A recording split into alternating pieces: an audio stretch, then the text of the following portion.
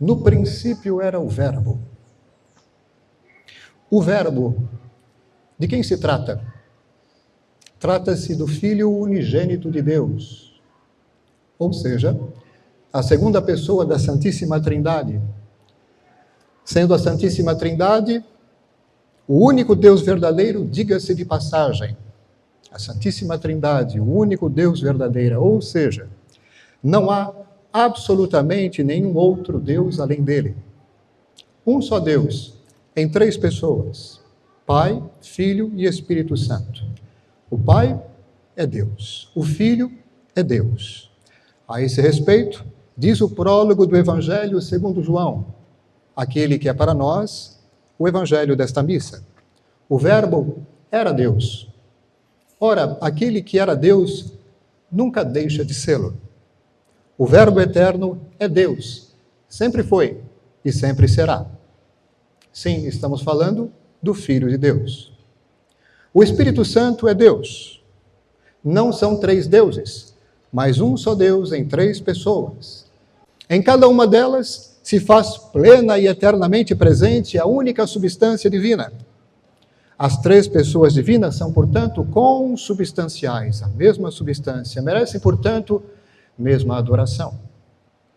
O Pai está todo no Filho e todo no Espírito Santo.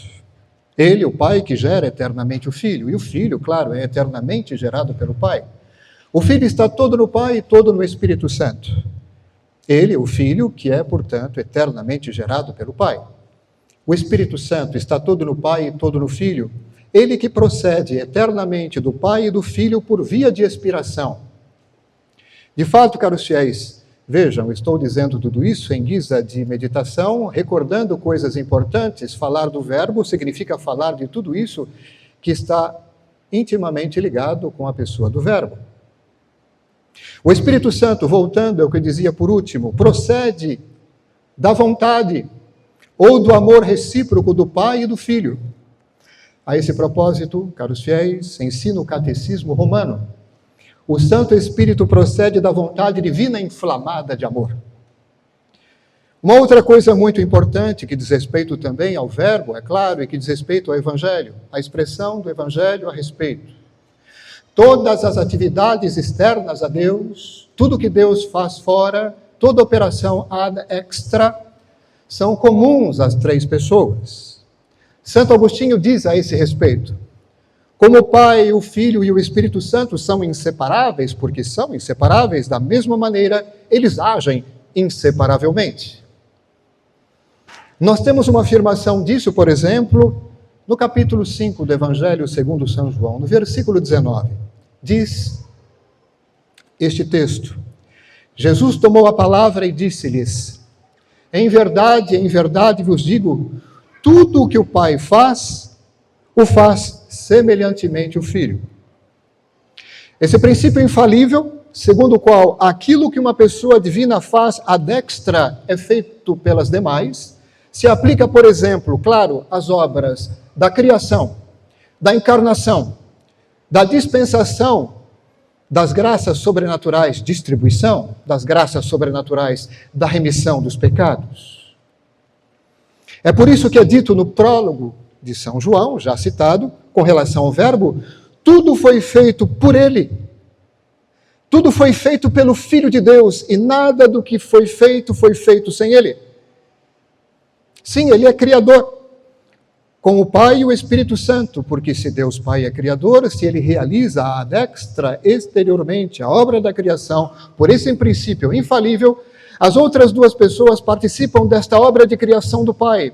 Se o Pai é criador, as outras duas pessoas, cada uma segundo a sua especificidade, participa também desta obra. É por isso que é dito que tudo foi criado por ele. O mundo foi feito por ele, ainda a citação do prólogo, e mais o mundo não o conheceu. O Verbo, portanto, sendo Deus, é também Criador. O Verbo, o Filho de Deus, é Deus e Criador. E quando ele se apresenta como Criador, nisso também vemos a claríssima afirmação da sua divindade, porque só Deus cria, só Deus é Criador, no sentido aqui indicado, da maneira como é dito aqui. Se ele é Criador, então ele é Deus. Vejam caros fiéis, no prólogo do Evangelho segundo São João, a afirmação da divindade do Filho de Deus, estamos falando do Verbo que se fez carne, estamos falando de Jesus Cristo. A divindade dele é clarissimamente afirmada, ele é Deus. No tocante à criação, vamos falar agora de uma das obras. No tocante à criação, consideremos em particular o homem, o ser humano. Deus criou o homem para fazê-lo participar, já sabemos, de cor, da sua natureza divina, da sua vida eterna, da sua perfeitíssima bem-aventurança, é muita coisa. Para isso Deus nos criou. E para isso Deus, constituiu a humanidade logo no seu início, em Adão, em um estado de elevação sobrenatural, através da graça que deu a ele. E dando-a a ele, nos deu a nós também por meio dele. Tendo ele, Adão, porém, perdido para si mesmo e também para nós, pelo pecado original, a graça que nos possibilita tal elevação, colocou-nos assim a todos no estado de privação desta mesma graça. É o que se chama de pecado original originado. O pecado original que nós herdamos. A privação da graça que nós herdamos, nós, todos nós.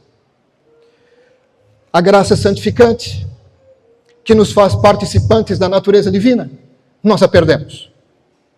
Para trazer remédio a esta trágica condição de privação, o Pai enviou o seu Filho. O Pai que nos ama tanto enviou o seu Filho, o Verbo eterno, para remediar a situação. Para que ele, o Verbo eterno, feito homem, operasse a redenção das almas que o acolhessem, através do seu tríplice ministério. Ministério doutrinal, trazendo-nos a plenitude da revelação. Ministério pastoral, governando-nos com a sua autoridade de rei.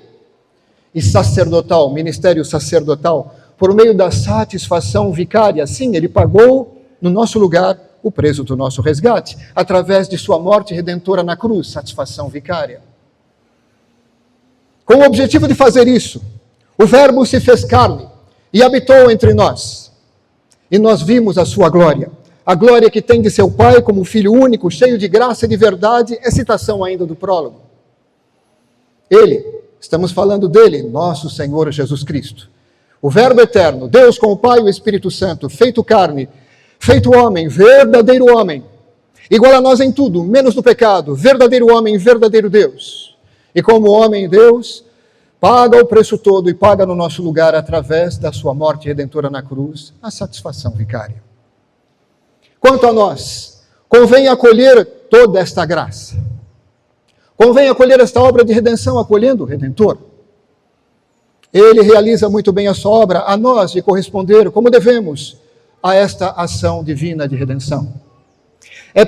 Nós sabemos, é pela adesão à verdade revelada e pelo acolhimento da graça santificante que nós o acolhemos efetivamente, o Salvador com a sua redenção. Entrando em comunhão com ele, unindo-nos a ele, e por meio dele a Santíssima Trindade. Maravilhosa troca, maravilhoso comércio. O Filho de Deus assume a nossa humanidade de verdade, em tudo, menos no pecado, para nos permitir participar da sua divindade. Diz ainda o prólogo, vamos voltar a ele, e a todos aqueles que o receberam, ele, o Verbo, a luz eterna. Ele deu o poder de se tornarem filhos de Deus, filhos no Filho, participantes da filiação que o Verbo tem com relação a Deus Pai. E são aqueles que creem no seu nome, e que não nasceram do sangue, nem da vontade da carne, nem da vontade do homem, mas que nasceram de Deus, pelo acolhimento, portanto, da fé e da graça. Graça, mais uma vez, santificante, deificante, habitual, batismal. A esse propósito, com relação ao acesso que temos à graça por meio do batismo, diz nosso Senhor a Nicodemos. Nós encontramos isso no capítulo 3 do Evangelho segundo São João. Em verdade, diz nosso Senhor, em verdade te digo, Nicodemos, quem não renascer da água e do Espírito, não poderá entrar no reino de Deus. O que nasceu da carne é carne, o que nasceu do Espírito é Espírito. Nascer do Espírito significa receber esta graça, que permite o acolhimento da vida sobrenatural, da vida de Deus em nós, acolhendo Deus em nós. Graça batismal, graça que nos deifica, que nos torna semelhantes a Deus, em sua própria razão de deidade, graça que nos salva. Graça apoiada pela fé. Fé no Verbo encarnado em toda a sua doutrina, toda. Voltemos ao prólogo.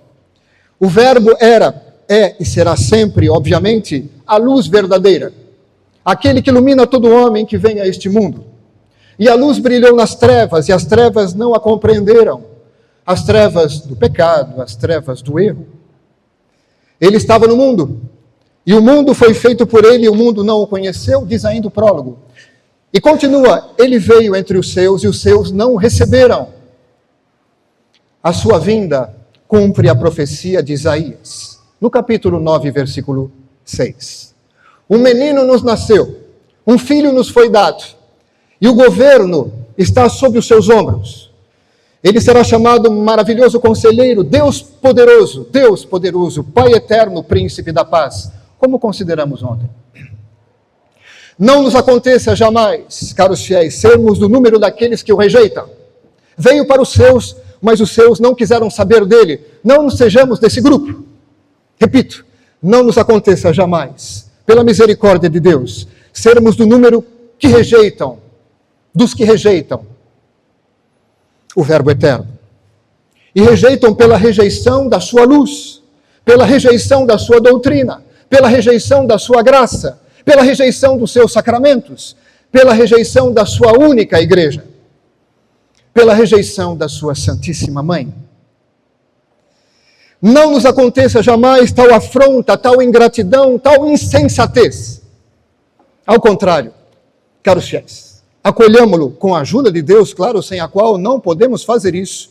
Acolhamo-lo na manjedoura ou trono, como quiserem, do nosso coração. Em humildade, em total desprendimento de nós mesmos, deixando na nossa alma todo o espaço para Ele. Que Ele cresça, sobretudo ali, em primeiro lugar ali, depois em toda parte. Que Ele cresça e eu diminua, que Ele ocupe todo o espaço. E que eu ceda o espaço para Ele. E nesse caso, meu coração vai se tornar um trono para Ele.